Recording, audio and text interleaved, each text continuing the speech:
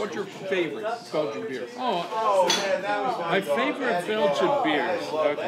I really like the sour beers. Well, talk about the technique of what the different abbeys and the monks do over there in terms of constructing that type of beer. Well, where does the sour come from? They're doing in the Brussels area. They're doing a lot of lambics with the spontaneous fermentation, and we've been over there to watch some of the brewing processes where they put it in the cooling pans and open the roof to get the wild yeast coming in, and a few hours of culturing with the wild yeast, and then they barrel it up and age it. And we've been to some of the breweries where we've tasted beers that were brewed in the morning and beers that were brewed in the afternoon, and they tasted completely different. You wouldn't believe it was the same beer stock that they were using. The only difference was the proportions of wild yeast that were falling in from the open air of the nighttime Brussels atmosphere there. And the key with the lambics is the blending of the beers. They take all these barrels, they'll maybe do 2 or 3 brews a day, and then they age them for several months in wood barrels. And then the blenders work on them to come up with something that is very unique, very tasty, very sour, and very drinkable. We've tasted beers right directly out of each of these barrels. They'll pour them out into a pitcher, and we've tasted them. And it's hard to believe that it's the same beer. But then we've gone back and tasted the beers after the blending, and they managed to come up with the same taste over the years.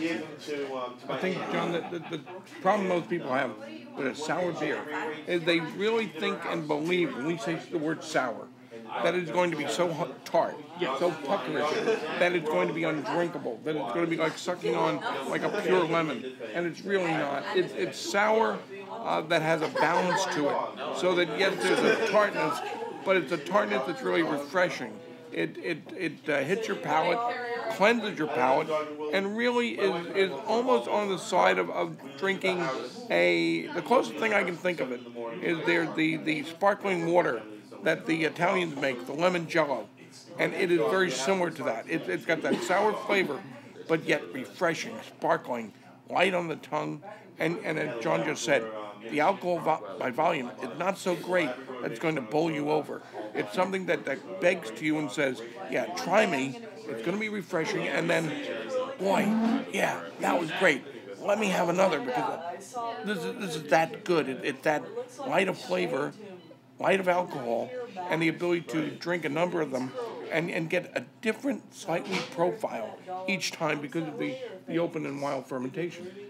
The Lambic beers in Belgium are very much like any good liquor.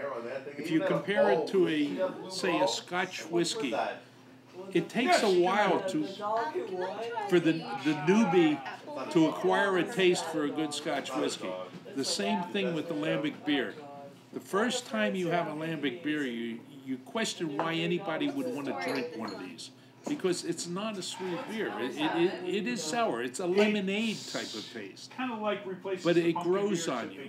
And as you drink the good ones, you find that you really get hooked on these. Anybody that is a single malt Scotch drinker has already reached that plateau in Scotch drinking. You reach the same plateau in Lambic drinking. There are certain blenders that you really gravitate back to because they blend the lambics to where you acquire a very good nose, a very good taste, and you look forward to the next time you're going to reach the same beer. What's unique about the Belgians right now, too, is they've come so much further than we have in terms of really matching beer with food. They've actually gotten to the point now where one of their goals is really to match the beer with the food. You go into a bar or a restaurant in Belgium, and there's really that conscious effort by the brewer to say, I'm going to brew something and think about how it's going to match the food it's going to be served with. Is that a good way to put it? Absolutely. In fact, in Belgium, really, the thought is that if you're going into a restaurant and they don't serve alcohol, it's almost presumed that you're going to bring beer with you. The presumption in Belgium is, yeah, bring the beer. We expect you to enjoy your beer with the food. Joe has mentioned geuzue. The difference between the two, a lambic beer is spontaneous fermentation. It's stored in wooden casks. What you end up with is a very drinkable beer. It's a sour beer, but it has very little carbonation. They age it for either 1, 2, or 3 years in wooden casks. At the end of the time, it goes to the blender. The blender takes those, mixes the 3 lambics together in different proportions to come up with a taste. Then they do a secondary fermentation in the bottle. They add a little yeast, a little sugar, and bottle ferment it. The result is what you call geuzue. It is now a carbonated drink, and it's the best of the lambic. I personally have evolved into liking the lambic itself before it's blended. I definitely like geuzue. I will often have a geuzue, but to get a fresh lambic out of the barrel, and it's almost still, it's a flat, very flat beer. There's very little carbonation to it, but the aroma and the taste is what makes a good geuzue. Let me ask you something. Would you liken it to the cask beers of the UK? Is it no, because the cask beers of the UK are carbonated in themselves. But but the American would think of it as very flat beer. Yeah, it's very flat beer. This is even flatter. After 3 years in the cask, there is no carbonation. All the CO2 has come out of it. So you're drinking a very extremely flat beer, and all that you're getting is the flavors of the beer and the ingredients. You're not getting the acidity of the CO2 that's in it. So the acidity is coming from the yeast. It's not coming from the carbonation and the carbonic acid that is what we're tasting in this. Most of the lambic beers are not pumped up. They're not hand pumped. They're not pressurized. They're gravity fed. So they'll put a barrel of this on the bar and just pour it out. So you're drinking totally flat beers. And I know Joe is looking forward to trying these beers because you can't get them in the U.S.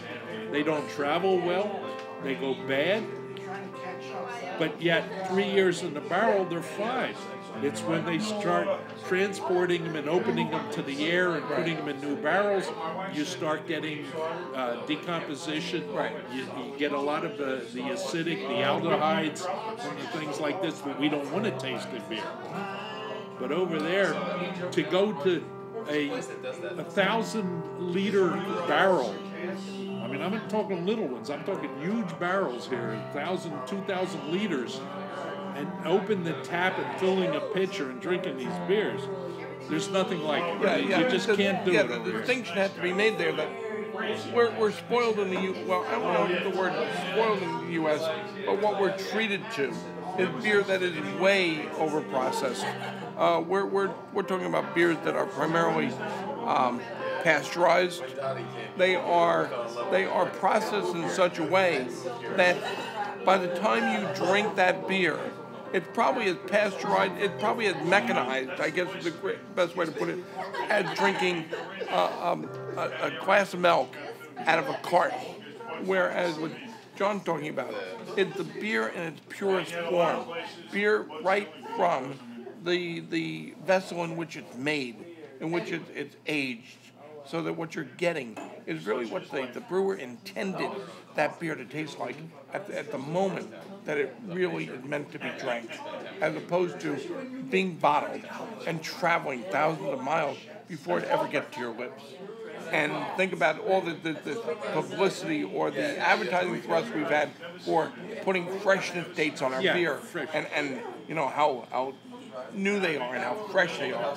And here's the opposite of that, where beers are actually designed in a manner to be drank 5, 10 years after they've been produced, and still have that wonderful flavor, freshness. Well, I wouldn't say a freshness, but a crispness of flavor and taste that you, if you weren't initiated, didn't understand what the makeup was, you'd think it was a brand new beer. Yeah.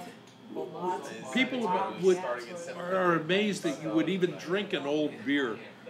But if you think about the Scotch whiskies, you know, the older it is, the better it is. I mean, an 18-year-old Scotch is better than a 12-year-old Scotch in most people's estimation. And it's the same thing with a good beer. If you start off with a good beer and you age it properly, the longer it goes, the better it gets. Well, heading over to Belgium tomorrow to do some beers.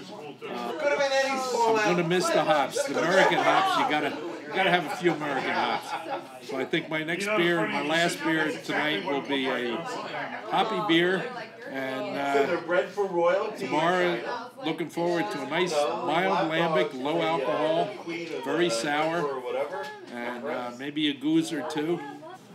This is the River Horse Hop Hazard. It's not as hoppy as I was hoping for. It's a good beer. It's an American hoppy beer, but Excellent. You'll like it. it's certainly not a double IPA or an imperial IPA. It has some hops. I'm looking forward to comparing this with, say, Le Chouffe beers or Houblon beer in Belgium, where they're adding the American hops to their Belgian beers. This is a similar type style, and yet this is an American beer. So we're moving into the Belgian beer market, and their people are drinking more of the American beer styles, and yet the Belgian beer base is still a great beer. So we can only improve it by collaboration with the American brewers.